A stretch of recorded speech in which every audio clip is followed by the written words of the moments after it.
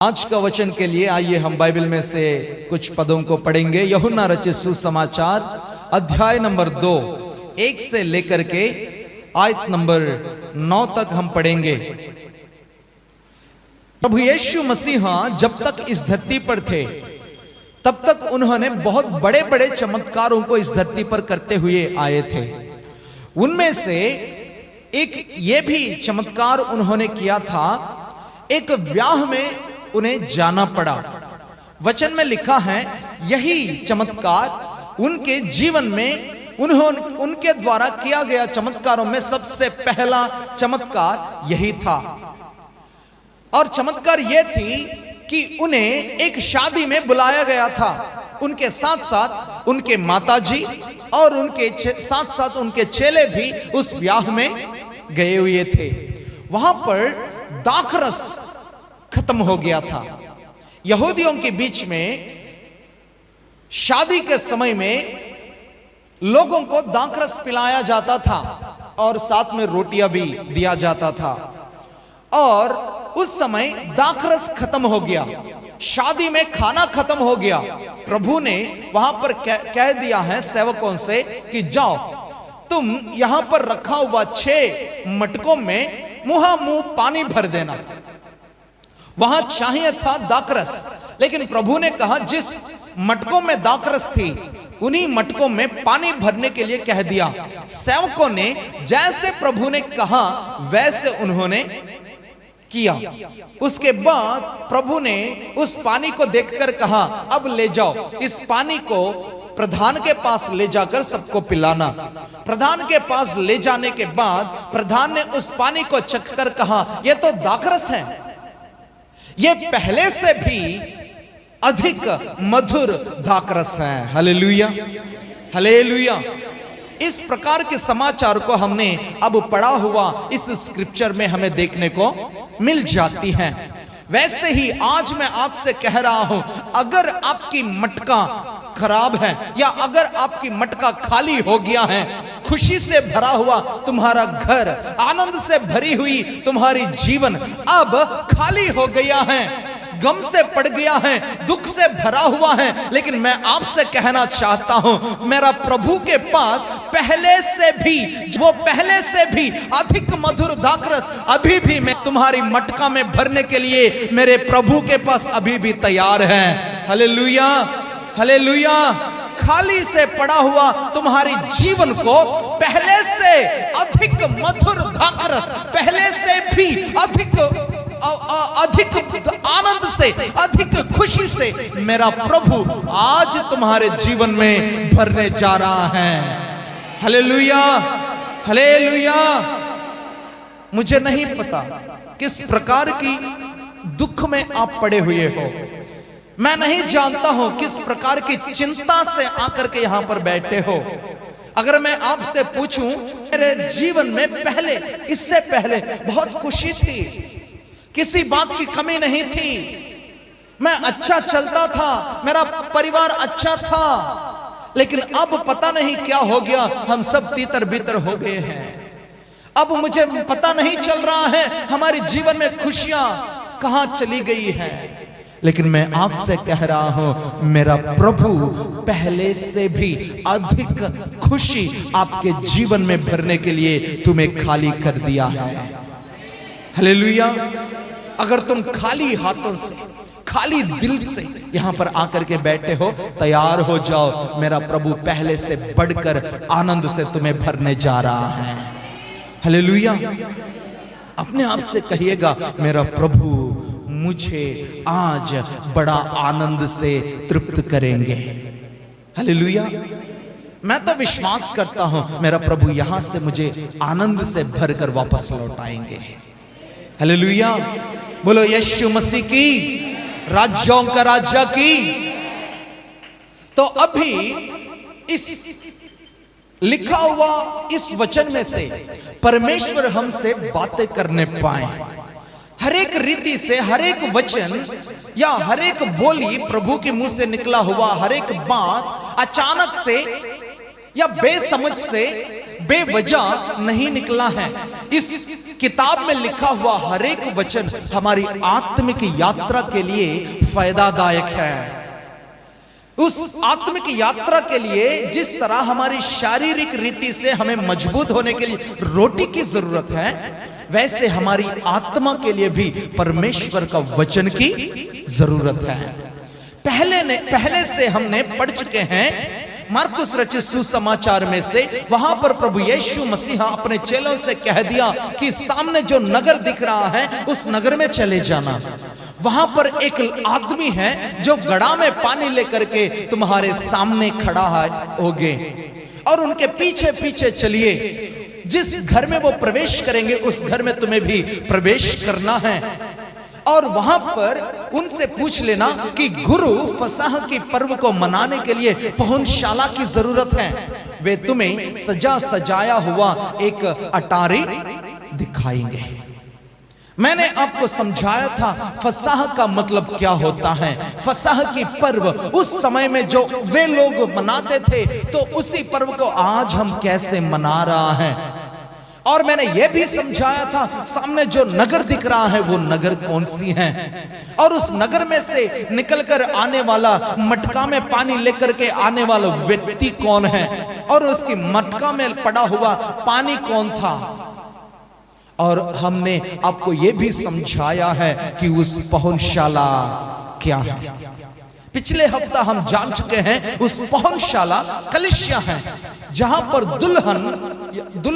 दुल्हा अपने आप को सजाने के लिए एक गेस्ट रूम के तरह कुछ देर के लिए उन्हें दी जाती है।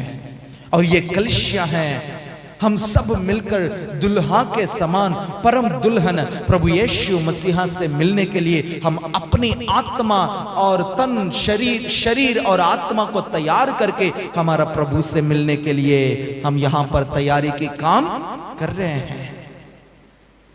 तो अभी अटारे, इसका मतलब है सेकंड फ्लोर में कमरा, ऊपर एक कमरा है जहां भोज होने जा रहा है। और वो अटारे बीच आसमान है जहां पर प्रभु यीशु मसीहा से हम सभी मिलकर, उनके साथ मिलकर एक बड़ा भोज में शामिल होने जा रहे हैं। आमीन।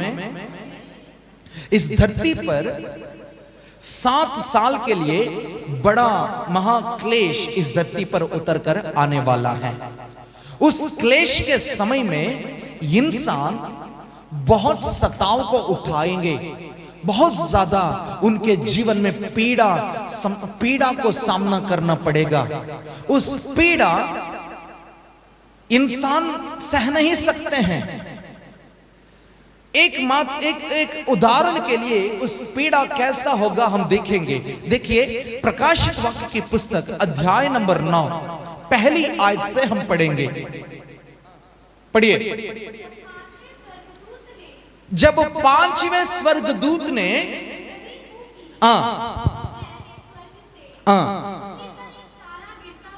पृथ्वी पर आसमान से एक तारा गिरता हुआ मैंने देखा। उसको अतः कुंड की एक कुंजी दी गई है। उस अतः कुंड से कहा, खोला उसको, कुंड में से एक बड़ा सा धुआं उठा।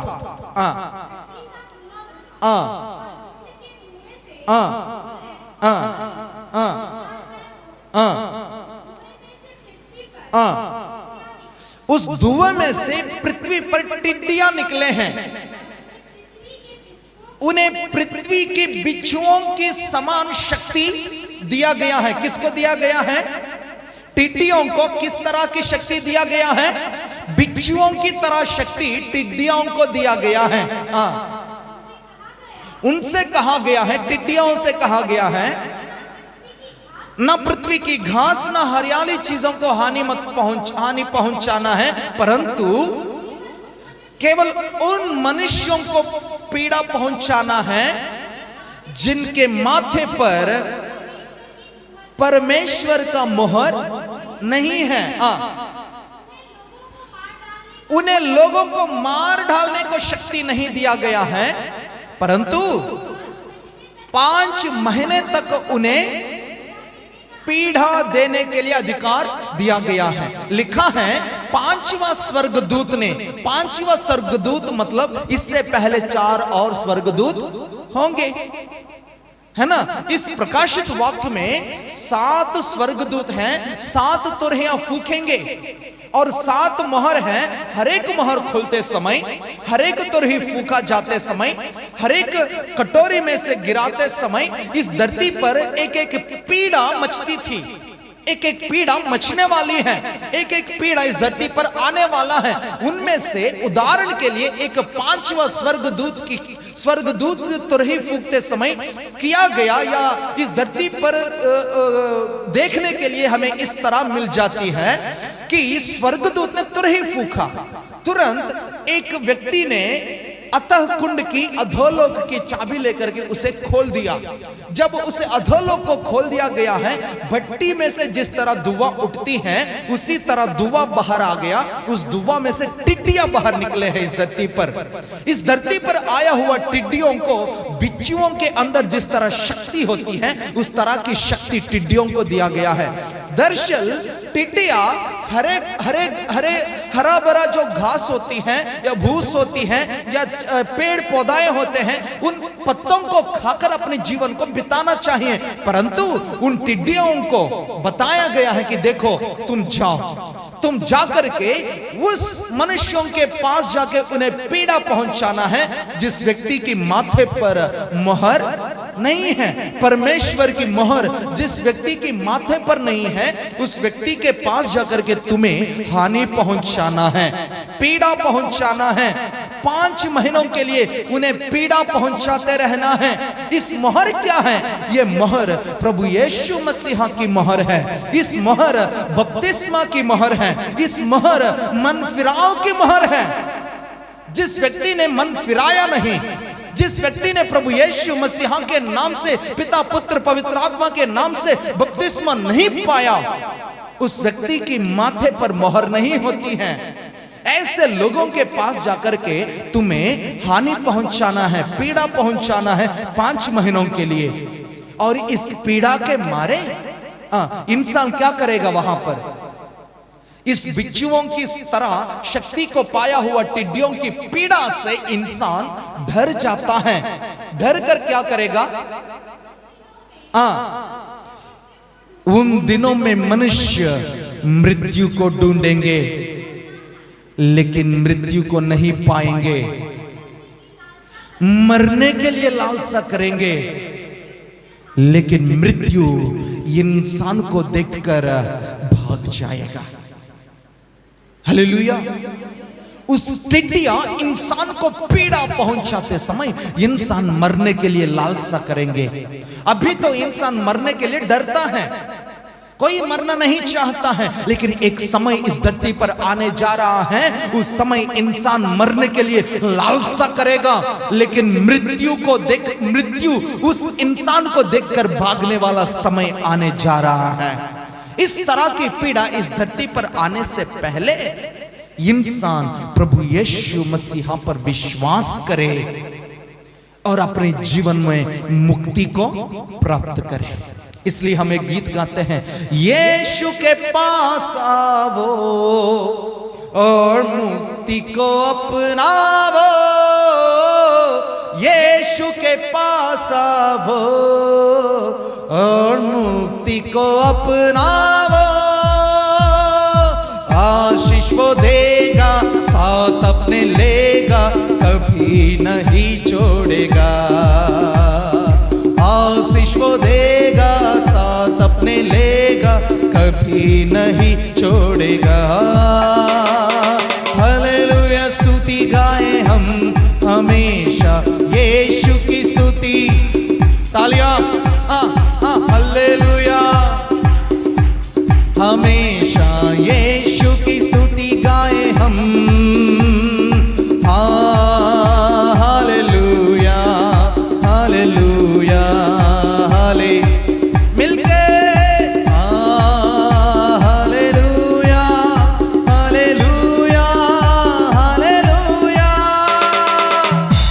हालेलुया। यीशु के पास आकर आया हुआ व्यक्ति मुक्ति को प्राप्त करेंगे। आज के दिनों में अगर देखा जाए, मुक्ति के लिए इंसान पैदल घूम रहा है, पैदल जा रहा है बहुत दूर तक। इंसान मुक्ति को प्राप्त करने के लिए बहुत दूर तक जाकर के नदियों में डुबकी लगाकर आ रहा है। इंसान मुक्ति को ढूंढते हुए अपनी बाल की गंजा कर रहा है, मुंडन करा रहा है। मुक्ति को प्राप्त करने के लिए इंसान पहाड़ चढ़ रहा है, तराइयों में घूम रहा है। लेकिन मेरा यीशु कहता है, हे सब परिश्रम करने वालों, मेरे पास आओ, मैं तुम्हें विश्राम दे दूंगा। Hallelujah, hallelujah. मेरा यीशु मसीहा इस धरती पर एक धर्म को शुरू करने के लिए नहीं आया, एक मत को या एक धर्म की स्थापना करने के लिए इस धरती पर नहीं आया है, लेकिन खोया हुआ इंसान को ढूंढते हुए, उन्हें अपनाते हुए, अपने खून बहाकर, उन्हें अपने लहू से धोकर पवित्र करके अपनाने के लिए प्रभु यीशु मसीह इस धरती पर उतर कर आया है। जो कोई उन पर यकीन करेंगे वे उद्धार को प्राप्त करेंगे। आज के समय में तुम्हें चंगाई ढूंढना नहीं चाहिए, तुम्हें आशीषों के पीछे नहीं दौड़ना चाहिए, तुम्हें हम अपनी इस धरती की बरकतों को प्राप्त करने के लिए नहीं, परंतु आत्मा की शांति और स्वर्गीय आशीषों को प्राप्त करने के लिए प्रभु यीशु को अपनाना चाहिए। जो कोई इंसान इस धरती पर आशीषों को प्राप्त करने के लिए दौड़ेंगे, एक समय पर इस धरती पर तुमने पाया हुआ हर एक प्रकार की आशीष, चाहे पैसे हो, चाहे जमीन हो, चाहे शहद हो, चाहे गाड़ी हो, चाहे मकान हो, कुछ भी हो, एक समय के बाद तुम्हारी आंखों के सामने से गायब हो जाएंगे। लेकिन आत्मा, जिसने आत्मा को इस शरीर में भेजा है, इस आत्मा फिर वापस उनके पास लौट जाएंगे। उस समय लेखा मेरा प्रभु ले लेंगे। लेखा के समय पर, न्याय चुकाने के समय पर तुम्हें उद्धार प्राप्त करके प्रभु के सामने खड़े होएंगे तो स्वर्ग को तुम प्राप्त कर पाओगे। अगर नहीं है, नीचे इस धरती पर छोड़ दिया जाएगा। कलीसिया को प्रभु, एक समय आने वाला है, प्रभु अपनी आवाज देकर कलीसिया को बीच आसमान में पहुंचाने वाला है। बीच आसमान तक मेरा यीशु मसीहा स्वर्ग में से बीच आसमान तक आएंगे। जब यीशु बीच आसमान तक आएंगे, हम सब बीच आसमान तक पहुंचेंगे। वहां पर एक बड़ा बोझ होगा, लेकिन कुछ लोगों को इस धरती पर छोड़ दिया जाएगा। जबकि कुछ लोग बीच आसमान तक पहुंच गया है, जिनके माथे पर मोहर नहीं लगी, वे इस धरती पर छोड़ दिया जाएगा। उनके साथ इस तरह की पीड़ा होगी। लेकिन इस तरह की पीड़ा से बचने के लिए तुम्हें बीच आसमान में पहुंचना होगा। बीच आसमान में वही पहुंच पाएंगे जो पहुंचशाला में अपने आप को तैयार करेंगे। हालेलुया। अटारे पर पहुंचने के लिए, बीच आसमान में पहुंचने के लिए पहुंचशाला यानी कि कलीसिया में जो लोग बैठकर अपने आप को तैयार करेंगे, वे उस राजा से मिलने जाएंगे। हालेलुया। तो इसी तरह इसी व्याह के बारे में या इसी भोज के बारे में यहां पर काना नामक एक गांव है, वहां पर लिखा हुआ है। अभी देखेंगे यूहन्ना रचित सुसमाचार 2 अध्याय के बारे में। यहां पर भी बहुत कुछ गुप्त बातें छुपे हुए हैं। लिखा है, फिर तीसरे दिन गलील के काना में किसी का विवाह था। हालेलुया। बोलिए, तीसरे दिन गलील के काना में किसी का विवाह था। तीसरे दिन गलील के काना में किसी का विवाह था। विवाह किसका है उसका नाम यहां पर नहीं बताया गया है, उसका नाम की जिक्र यहां पर नहीं किया गया है। लेकिन यहां पर लिखा है तीसरा दिन। कौन सा तीसरा दिन है? क्या महीना की तीसरा दिन है या हफ्ता की तीसरा दिन है, या साल की तीसरा दिन है, किस चीज का तीसरा दिन है? हफ्ता का तीसरा दिन नहीं है, साल का भी नहीं, महीना का भी नहीं, परंतु मेरा प्रभु का तीसरा दिन है। Hallelujah, hallelujah. मेरा प्रभु का तीसरा दिन क्या होता है? प्रभु का तीसरा दिन के बारे में जानने के लिए मेरी बातों को ध्यान से सुनिए। बाइबल के अनुसार आदम से लेकर के नूह तक एक दिन है। हालेलुया। आदम से लेकर के नूह तक एक दिन बाइबल में बीत चुका है, क्योंकि परमेश्वर ने आदम को अपने रूप में बना लिया।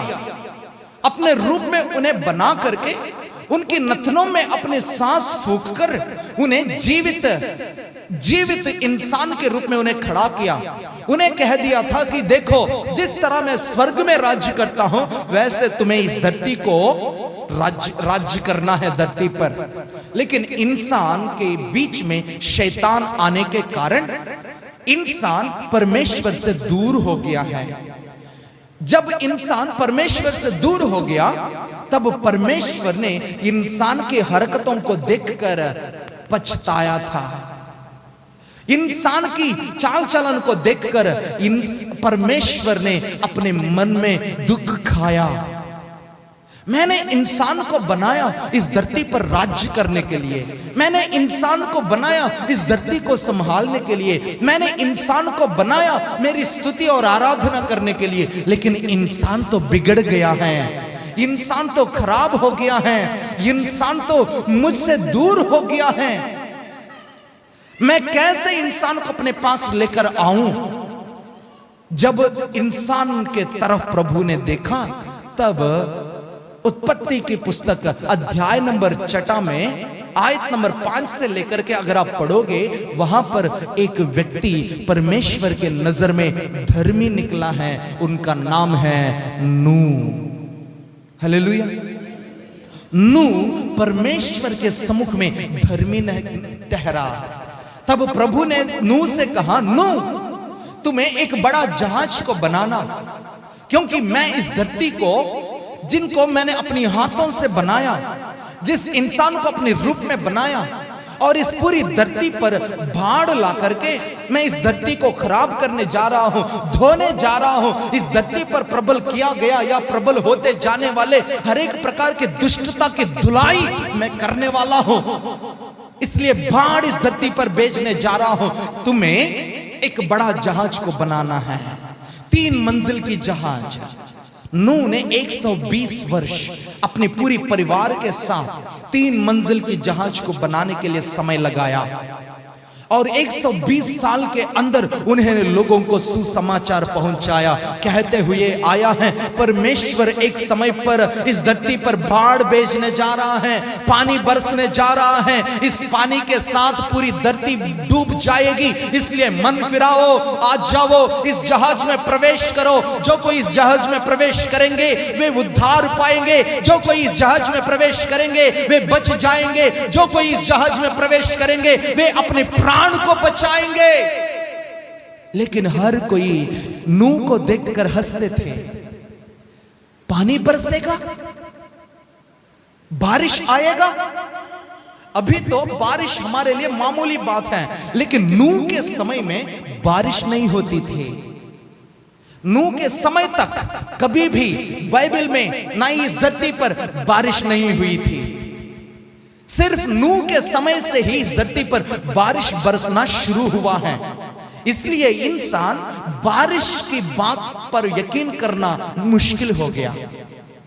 अगर बारिश पहले भी होती तो इंसान शायद यकीन कर लेता, लेकिन नूह के समय से पहले कभी बारिश नहीं हुआ। पर फसल कैसे, अनाज कैसे उगते थे?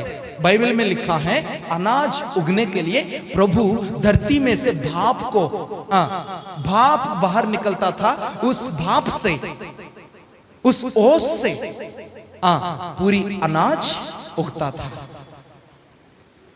बारिश नहीं होने के कारण इंसान बारिश की बात पर यकीन करना मुश्किल हो गया। इसलिए नूह की सुसमाचार पर लोग हंसते थे। बारिश होगी, पानी, पानी कहां है? पानी आसमानी में है। पानी अगर एक चीज को हम लटकाएंगे तो नीचे गिर जाता है। किसने आसमान में पानी को कौन बांध के रखा है? कैसे बांधा हुआ है पानी? यह तो यकीन करने के लिए बहुत मुश्किल है। बारिश नहीं होगा। ये नूह जो है ना पागल हो गया। इस तरह नूह को देखकर लोग हंसते थे, लेकिन जब नूह ने दरवाजा खोला, इस धरती पर जो जो जीव जंतु है उनमें से दो दो होकर के सभी अंदर चले गए। नूह अपनी पत्नी और उनके 3 बच्चे, उनकी बहुओं के साथ वे भी प्रवेश किए। जब नूह ने दरवाजा खोला सभी प्रवेश किए। जब परमेश्वर ने दरवाजा बंद कर दिया कोई भी प्रवेश नहीं कर पाए। बारिश आ गया, इस धरती की धुलाई हो गई। वो पहला दिन था। दूसरा दिन शुरू हो गया है। दूसरा दिन शुरू होते ही प्रभु ने लोगों को बचाने के लिए अपनी भविष्यवक्ताओं को खड़ा किया। मूसा जैसे अगुवाओं को खड़ा किया। यिर्मयाह जैसे रुआई करने वाले भविष्यवक्ताओं को खड़ा किया। यहेजकेल जैसे मृत शरीरों में भी, हड्डियों में भी जान लेकर आने वाले भविष्यवक्ताओं को खड़ा किया, लेकिन लोग यही नहीं कर पाया। फिर भी प्रभु ने अपने इकलौता पुत्र प्रभु यीशु मसीहा को इस धरती पर भेजकर सुसमाचार की प्रचार करवाया है। नूह ने प्रचार किया, बारिश आने जा रहा है, सभी इस जहाज में प्रवेश करो, तुम उद्धार पाओगे। प्रभु यीशु मसीहा भी सुसमाचार प्रचार किया था। प्रचार यह किया है, आने वाले दिनों में बारिश होने जा रहा है, पानी से नहीं आग की बारिश होने जा रहा है। हालेलुया। नूह ने प्रचार किया था पानी से बारिश होने वाला है, लेकिन मेरा यीशु प्रचार किया था आग से बारिश होने जा रहा है। इस बात हमारे लिए यकीन नहीं कर सकते हैं, यकीन से परे है। आग की बारिश तो कभी नहीं हुआ, लेकिन याद रखना होले गिरते हैं, होले बिजलियां गिरते हैं। बिजलियां हमारे लिए उदाहरण है। बिजलियां की बारिश होने जा रहा है भविष्य में।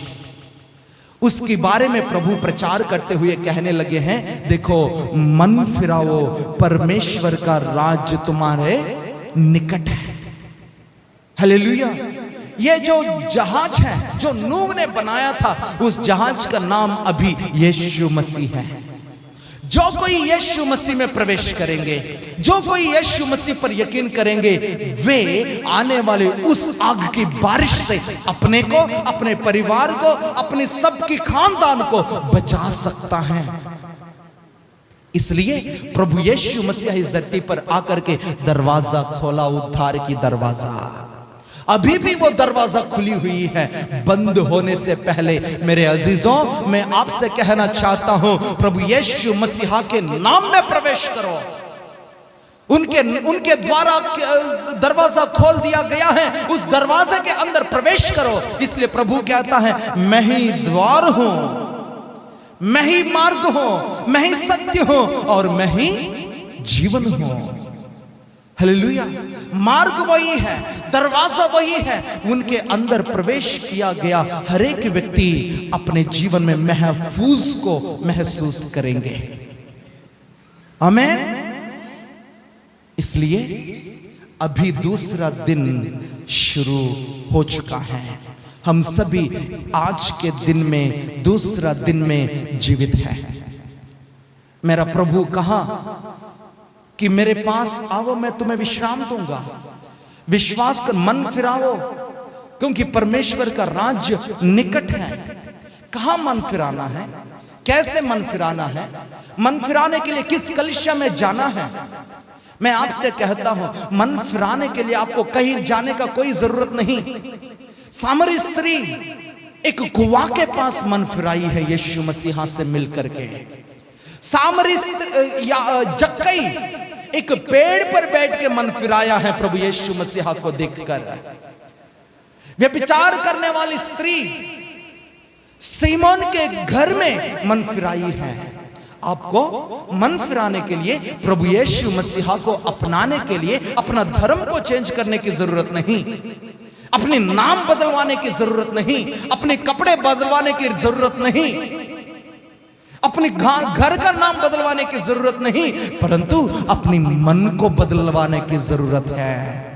अपना मन को बदलने की जरूरत है, अपनी जीवन शैली को बदलने की जरूरत है, अपने बोलने के तरीका को बदलने की जरूरत है। पहले मुंह खोलते ही गाली गलौज, लेकिन अब मुंह खोलते ही शांति के शुभ समाचार आना चाहिए। लोगों को आशीषित करने वाली आशीष की वचन निकलकर आना चाहिए। इस तरह जब आप मन फिराएंगे, प्रभु यीशु मसीहा में उद्धार को प्राप्त करेंगे। हालेलुया। प्रभु ने कहा मन फिराओ, परमेश्वर का राज्य निकट है। परमेश्वर का राज्य के निकट हमें रहना चाहिए, परमेश्वर के राज्य के निकट हमें चलना चाहिए। लेकिन आज मन फिराए हुए लोग अपने पास्टर के निकट चलते हैं, अपने कलीसिया के निकट चलते हैं, अपने जाति को लेकर के चलते हैं।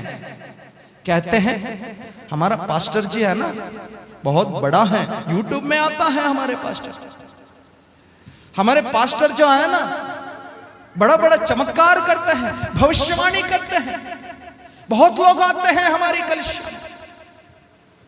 जरूरी नहीं है आपको इस तरह की चीजों के समीप, इस तरह की चीजों की निकट होने की जरूरत नहीं, परंतु आपको परमेश्वर के राज्य के निकट होकर चलना चाहिए।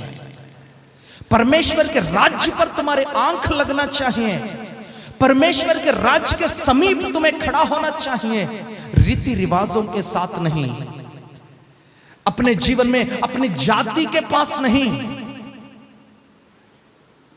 आज बहुतों ने जिसने मन फिराकर प्रभु को अपनाया है, आज इस तरह की चीजों के समीप होकर के प्रभु से दूर हो गए हैं। लेकिन मैं आपसे कहता हूं, आप कभी भी इस तरह की गलतियां ना करें। तीसरा दिन आने जा रहा है, उस दिन एक ब्याह होने जा रहा है। हालेलुया। अभी तो हम दूसरा दिन में हैं, तीसरा दिन में हम अटारे पे पहुंचेंगे। तीसरा दिन खिलने से पहले, दूसरा दिन समाप्त होने से पहले आपको मन फिराना होगा। समय जाने से पहले, तुम्हारे जीवन में से तुम्हारी जान निकलने से पहले, तुम्हारी शरीर में से तुम्हारी ताकत जाने से पहले मन फिराना है। हालेलुया, आमीन। जब मन फिराओगे प्रभु के करीब होकर के चलोगे। और ये तीसरा दिन गलील की काना में ब्याह है। गलील का मतलब है गोल। क्या है? गलील का मतलब गोल। काना का मतलब है घास से बनाया गया घरों का गांव। घास से, घास है ना, भूसा से गांव में बनता है ना, झोपड़ियां, झोपड़ियों से बनाया गया गांव। गोल, गलील का मतलब क्या है? गोल। गोल। अगर अभी देखिए, प्रेम ने पेपर लिख के दे दिया। प्रेम ने क्या लिख के दिया? सवाल का जवाब लिखकर दिया है, लेकिन सवाल कुछ और है, जवाब कुछ और है। तब टीचर क्या करेंगे? गोल। इसका मतलब शून्य, कुछ भी नहीं है, कुछ भी नहीं है। अभी देखिए, अभी दिल्ली है, दिल्ली में क्या नहीं है? सब कुछ है। दिल्ली में सब कुछ है।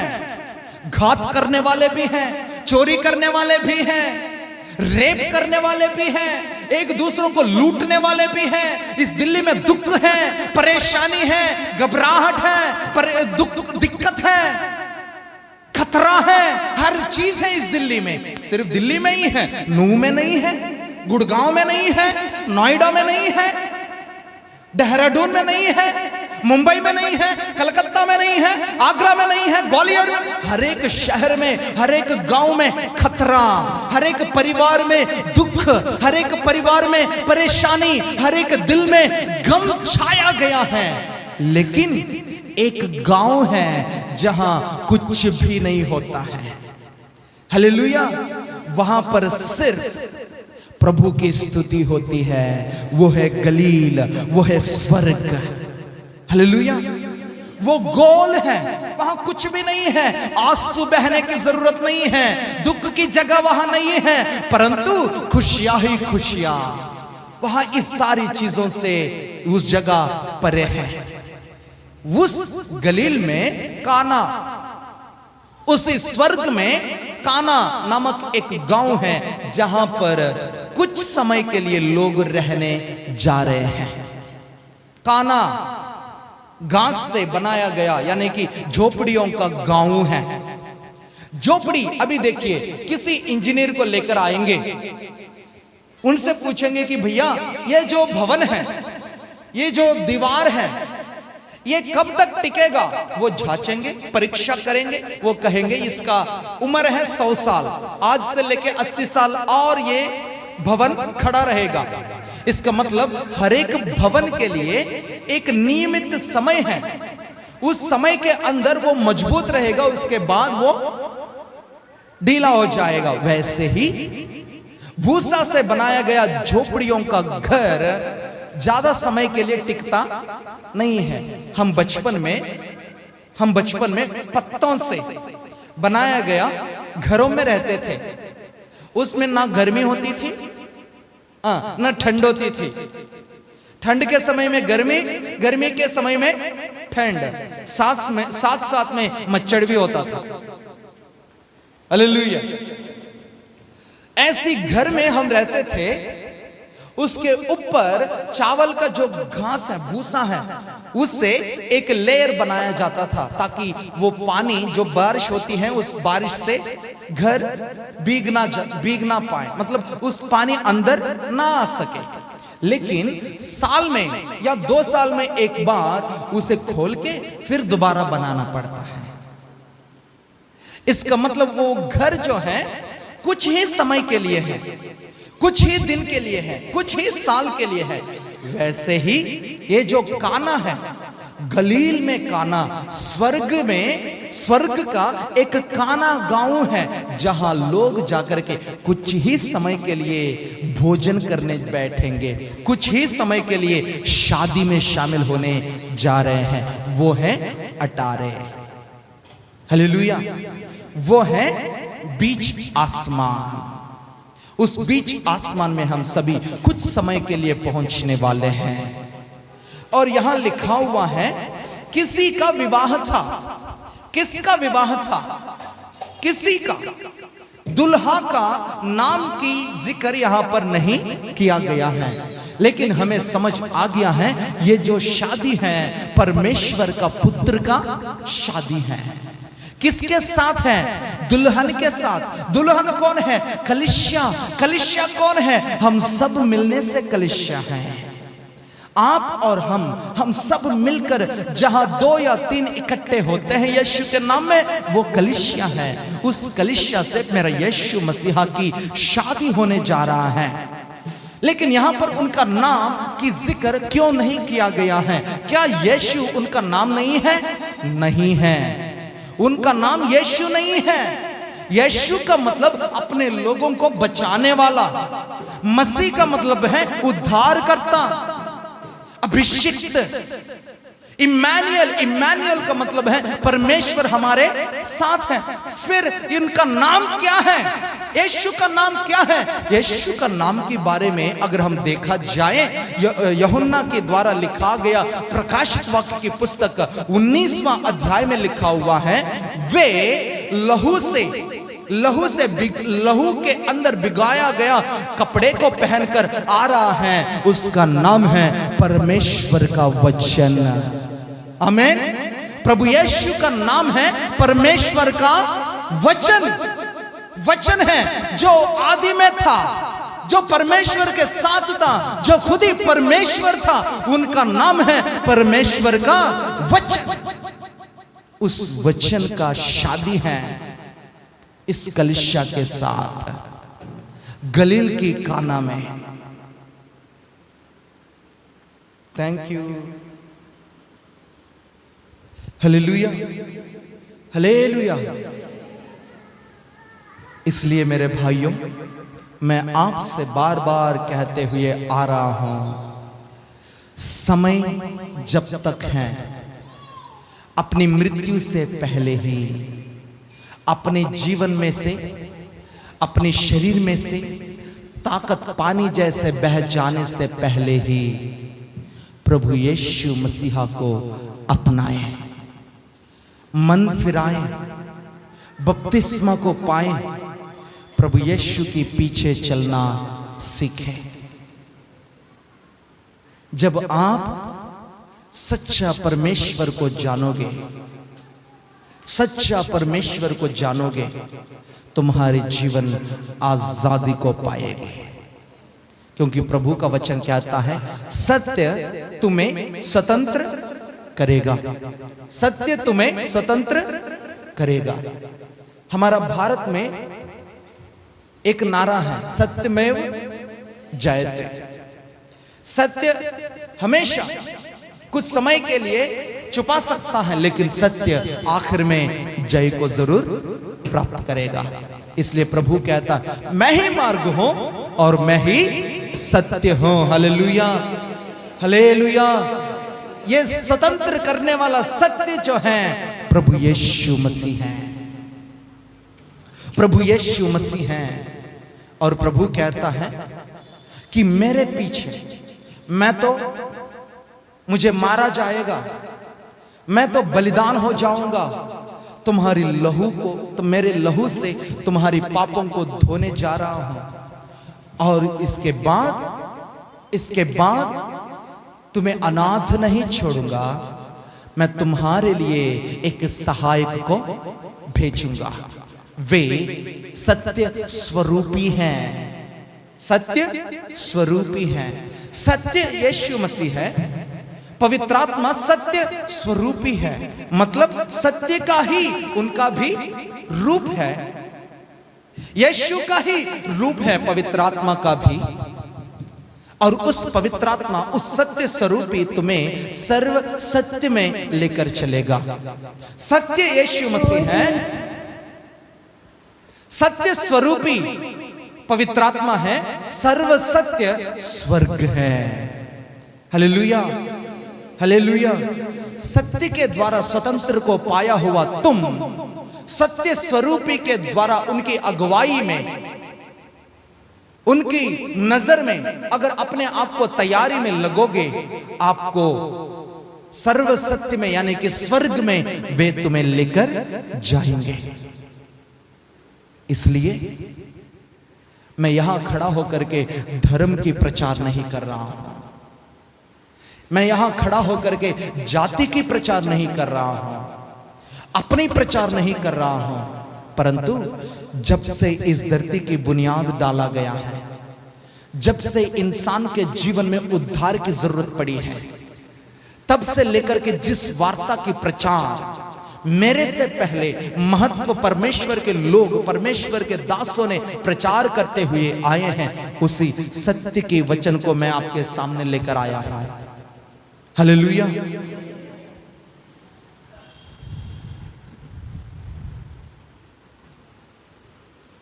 जो कोई इस वचन पर यकीन करेंगे वे उद्धार पाएंगे।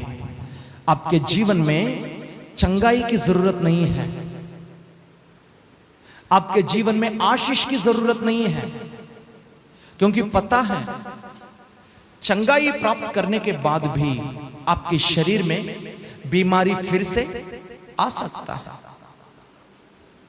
आशीष को प्राप्त करने के बाद भी जीवन में कभी भी दिक्कत आ सकता है। शक्ति को प्राप्त करने के बाद भी, ताकत को प्राप्त करने के बाद भी एक ना एक समय पर हमें मरना ही पड़ेगा। लेकिन लेकिन उद्धार, जो उद्धार को प्राप्त करेंगे, जो इस धरती पर जीवित हैं, उद्धार के द्वारा उनके जीवन में बरकत आएंगे, साथ साथ में मृत्यु के बाद परमेश्वर के साथ रहने का भी आशीष को वो प्राप्त करेंगे। इसलिए आत्मा की मुक्ति होना चाहिए, आत्मा की उद्धार होना चाहिए। तुम चलने वाले हर एक चाल चलन की, बोलने वाले हर एक बोली की लेखा तुम्हें देने वाला दिन आने वाला है। उस समय प्रभु का वचन कहता है, तुम्हारी मुंह से निकलकर आया हुआ हर एक शब्द की, हर एक शब्द की लेखा तुम्हें देना होगा। चाहे आप किसी और के बारे में बोला क्यों ना हो, चाहे आप किसी और के खिलाफ बोला क्यों ना हो, चाहे आप किसी और के पीछे बोला क्यों ना हो, हर एक शब्द, दिमाग में कुछ और, मन में कुछ और, मुंह में कुछ और, इस तरह के हर एक बोली की लेखा तुमसे मेरा प्रभु लेंगे, और हर एक काम का भी लेखा मेरा प्रभु जरूर लेंगे। हालेलुया। इसलिए उद्धार को पाएं, प्रभु यीशु मसीहा के द्वारा हमें मिलने वाली उद्धार के जल को प्राप्त करें, पवित्र आत्मा के अभिषेक को पाएं, और प्रभु के आगमन के लिए उम्मीद लगाकर इंतजार में बैठे रहे। हालेलुया। मुझे नहीं पता आप किस तरह की आवश्यकता के साथ यहां आकर के बैठे हो, लेकिन मैं तो एक बात जरूर कह सकता हूं, तुम्हारे जीवन में इन सारी आवश्यकताओं से ज्यादा उद्धार की जरूरत है, उद्धार की जरूरत है, मुक्ति की जरूरत है। मुक्ति को पाएं अपने जीवन में। जो व्यक्ति मुक्ति को प्राप्त नहीं करा, चाहे इस धरती को भी पूरा पूरा सारी आशीषों को प्राप्त क्यों ना किए, फिर भी मैं तो कहता हूं इसने कुछ नहीं पाया। लेकिन जिस व्यक्ति ने मुक्ति को पाया, उद्धार को पाया, यीशु को पाया, उस व्यक्ति ने सब कुछ पाया। क्या आपके जीवन में यीशु है? क्या आपके जीवन में प्रभु के द्वारा दिया गया उद्धार है? क्या आपने मन फिराया है? मन फिराने का मतलब मन को बदलना। कैसे बदलना? किस तरह बदलना? किस चीज से बदलना है? मन को बदलने का मतलब है सोच विचारों को बदलना है। इससे पहले चाहे किसी को नुकसान भी क्यों ना हो, फिर भी मेरा भलाई होना चाहिए, ये मेरा मन था, लेकिन अब चाहे मुझे नुकसान क्यों ना हो, फिर भी मेरे पड़ोसी की भलाई होना चाहिए। इसे कहता है मन फिराव। पहले यहां की बात वहां, वहां की बात यहां, यहां की बात इधर, लेकिन अब मेरे पास आया हुआ हर एक बात को मेरे अंदर ही दफनाना, आगे नहीं, मेरे से आगे नहीं। मैं आपसे कहता हूं, देखिए, कभी कभी आप में से कुछ लोग मुझे अपने घर बुला के अपने घर की समस्या खुल के मेरे से बताते हैं, लेकिन आप यकीन कीजिए इन बातों को मैं अपनी पत्नी से भी कभी शेयर नहीं करता।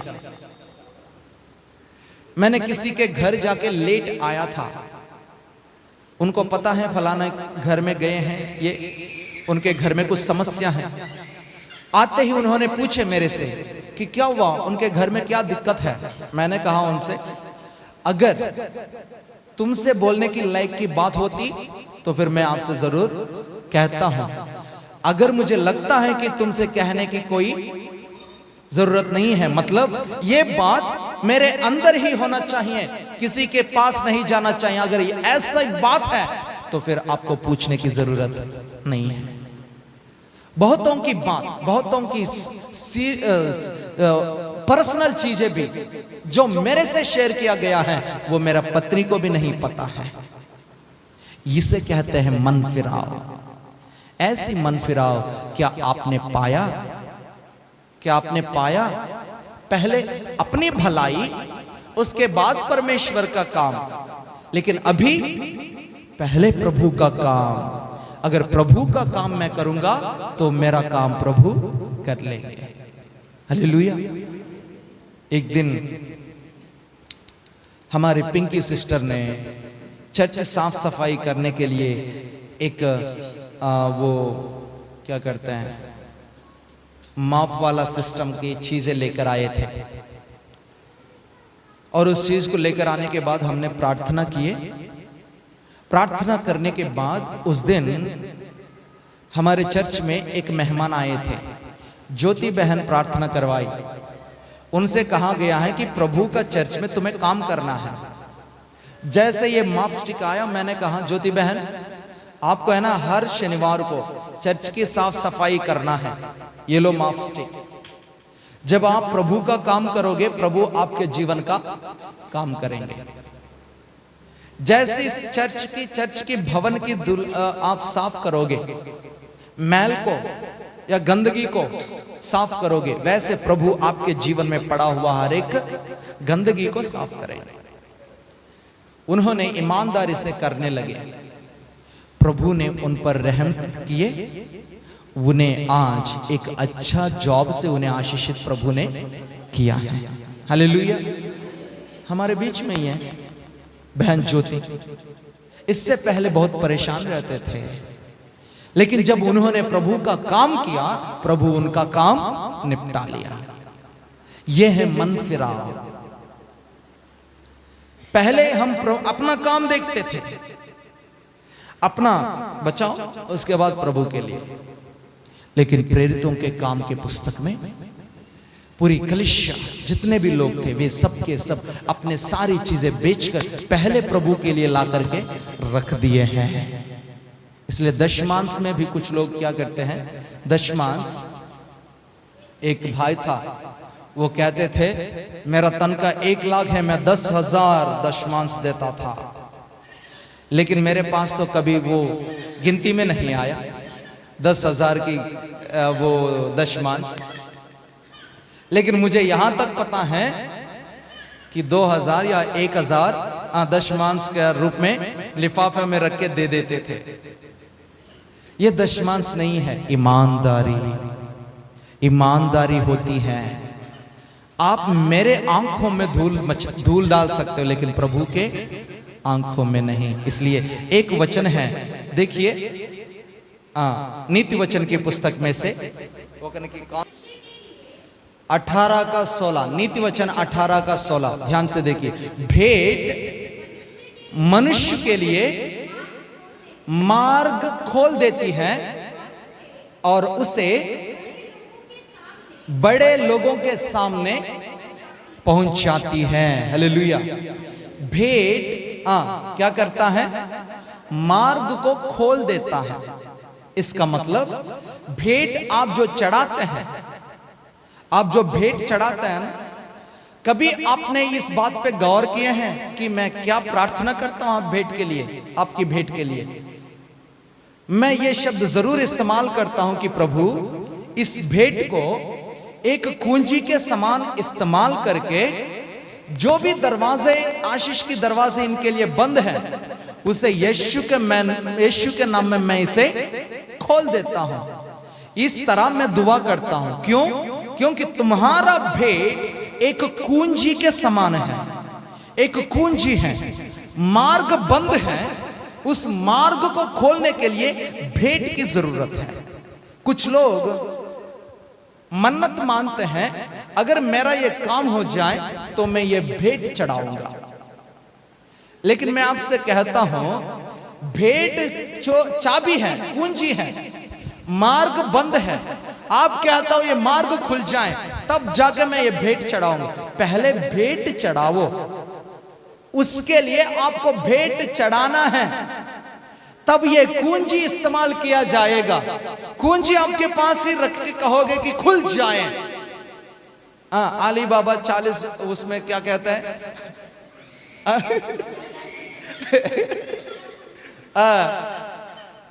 ओसा सिम सिम खुल जा सिम सिम।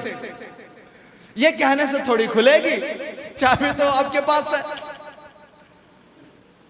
भेंट तुम्हारे मार्ग खोलता है, सिम सिम नहीं खोलेगा। इसलिए हर एक मार्ग खुल जाने के लिए, आपके जीवन में हर एक प्रकार के आशीष को प्राप्त करने के लिए भेंट तुम्हारे मार्ग को खोल देता है। इसलिए मैं तो आपके बारे में मैं जानता नहीं हूं, लेकिन मैं तो अपने जीवन में एक कार्य को हासिल करने के लिए पहले मैं भेंट चढ़ा देता हूं। तब मैं मांगता हूं कि प्रभु मैंने तुम्हें दिया, अब मेरा काम तुम्हें करना पड़ेगा। Hallelujah, hallelujah. ये लो चाबी प्रभु, मेरा मार्ग आपको खोलना ही पड़ेगा। इसलिए मलाकी की पुस्तक अध्याय नंबर 3 के 10 में लिखा है, मुझे दो और परखो, मुझे दे करके परखो, मुझे देख करके देखो कि मैं कैसे आसमान के दरवाजों को खोलकर तुम्हें आशीषों से भर देता हूं। Hallelujah, hallelujah. लेकिन हमारा विचार यह है, पहले भरो, पहले भरो, उसके बाद देखा जाएगा। हालेलुया। इसलिए ईमानदारी, भेंट के विषय में आपको ईमानदार बनकर चलना चाहिए, क्योंकि भेंट देने में तुम्हारी आशीष छुपे हुए हैं। इसलिए कहते हैं offering time is a blessing time. भेंट का समय आशीष का समय है। जो देता है वो मेरे को नहीं दे रहा, परंतु अपने लिए दे रहा है, अपने खेत में बीज बो रहा है। आप ही फसल काटोगे, आप ही अनाज भरोगे। मेरे भाइयों, ये है मन फिराव, हमारे विचार को बदलना। इसलिए आज के इस समय में हम प्रार्थना करेंगे कि प्रभु जी, इस धरती पर आने वाला उस बड़ा पीढ़ा से बचने के लिए, तीसरा दिन होने वाली आग की बारिश से बचने के लिए, टिड्डियां जैसे इस धरती पर आने वाली इस बिच्छुओं की शक्ति को पाकर टिड्डियों के समान इस धरती पर आने वाली पीड़ा से बचने के लिए प्रभु जी मेरे माथे पर तेरी उद्धार का मोहर को छाप दीजिए, ताकि मैं तेरा बन सकूं, आप मेरा हो सके, ताकि मैं आपके साथ उस ब्याह की भोजन में दुल्हन के समान बैठ सकूं। आमीन। इस तरह की दुआ आपके हर दिन की प्रार्थना में होना चाहिए। प्रार्थना में ज्यादा से ज्यादा 90% हम क्या प्रार्थना करते हैं? प्रभु हमें रखवाली करो, मुझे घुटनों में दर्द है ठीक करो, कमर में दर्द ठीक करो, मुझे सर में दर्द है झंडू बाम लगाओ। ये तो आप खुद ही लगा सकते हो, लेकिन आपको यह दुआ करना है, प्रभु जी मेरे जीवन में पड़ा हुआ मैल को तुम्हें धोना है, मेरा आत्मा को संभालना है, मुझे तुमसे मिलने तक प्रभु जी आप मेरा हाथ पकड़कर चलाना है। इस तरह की दुआ तुम्हें करने चाहिए। आइए इस प्रकार की दुआ में हम आगे बढ़ेंगे। सभी अपने आंखों को बंद करें, अपने आंखों को बंद करें, अपने आंखों को बंद करें, अपने मुंह खोलते हुए प्रार्थना करेंगे।